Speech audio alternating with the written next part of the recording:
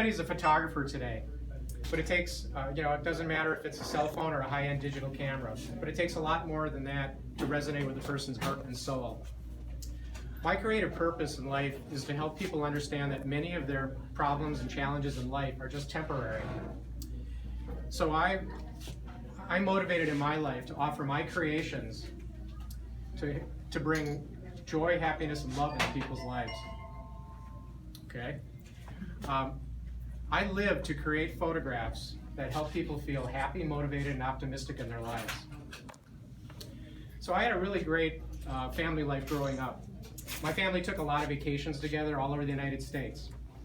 We spent many weekends in parks having picnics, and we had many holidays that we spent in my parents' house.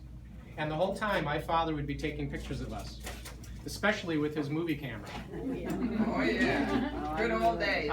He would use his movie camera. There would be 500-watt lights, and half the time we'd be squinting. My first camera was the leather case to my father's movie camera. So rummaging around in the basement one day, I discovered a couple boxes of photography and darkroom equipment. And I decided right then and there that I was going to be a photographer like my father. Later, my first darkroom was in the basement next to the sump pump on the way down the stairs. I shot a lot of film, black and white film in my day, and color slides because I guess I like that instant gratification of seeing a color picture right away. School was a real challenge to me, and I don't know why. I didn't know why.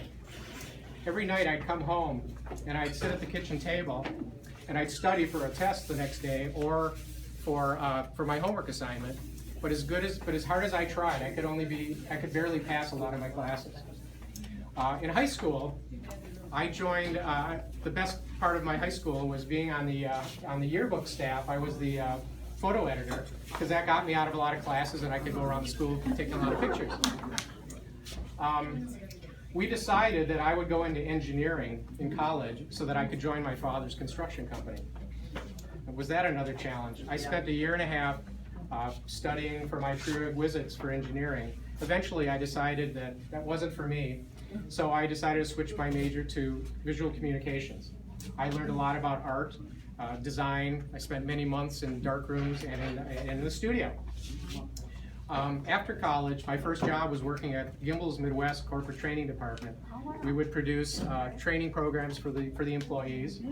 That lasted a while, but the early 80s was really a tough time for our economy, and I was eventually laid off. I did a lot of freelance work around the city, around my city, completely unable to find the full-time job that I wanted for myself. And this forced me to start my own business. It was a video production company called Video Masters. And one day I was at a party and I met this woman, and she told me that she was a writer.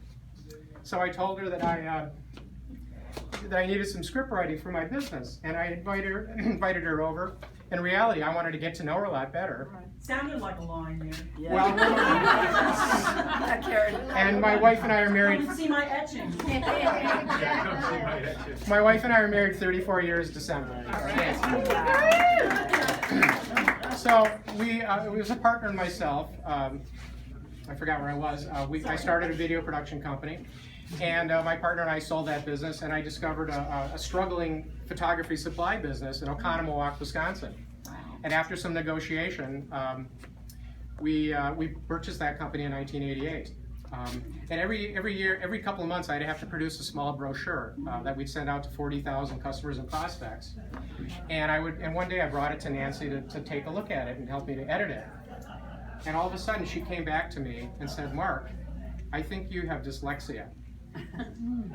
And so my God, finally to have an answer in my life, what was going on with my life in school. So it was undiagnosed my whole life, but I will tell you this, I wouldn't change a thing today, because what dyslexia did was it forced me to become an incredibly sharp thinker, a creative thinker. I see composition around me everywhere I go. Hardly a day goes by that I'm not capturing images with my cameras. So, let's see, where was I? So since moving to the Treasure Coast a year ago, I've joined a variety of organizations like the Palm Beach Photographic Center, and the Martin Artisans Guild. These are great organizations for me to be with like-minded people, to learn things, to work with each other, and to get critiquing of my work. I've been, it's a very, very good thing that's happened to me.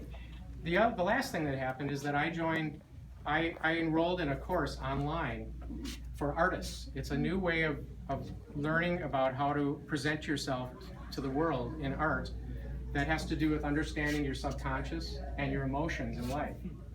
And one of the most important things I learned in my life is that my life has always been a series of challenges and lessons, but I've learned to always to be confident and motivational and motivated in my life and from now on. So I wouldn't change a thing in my life. I'm living the best years of my life. Photography, family, and friends make a great deal of it to make me a successful person in life. I feel very confident and successful, and that's where it's at. And I'd very much like to thank Chris and Bill for this opportunity.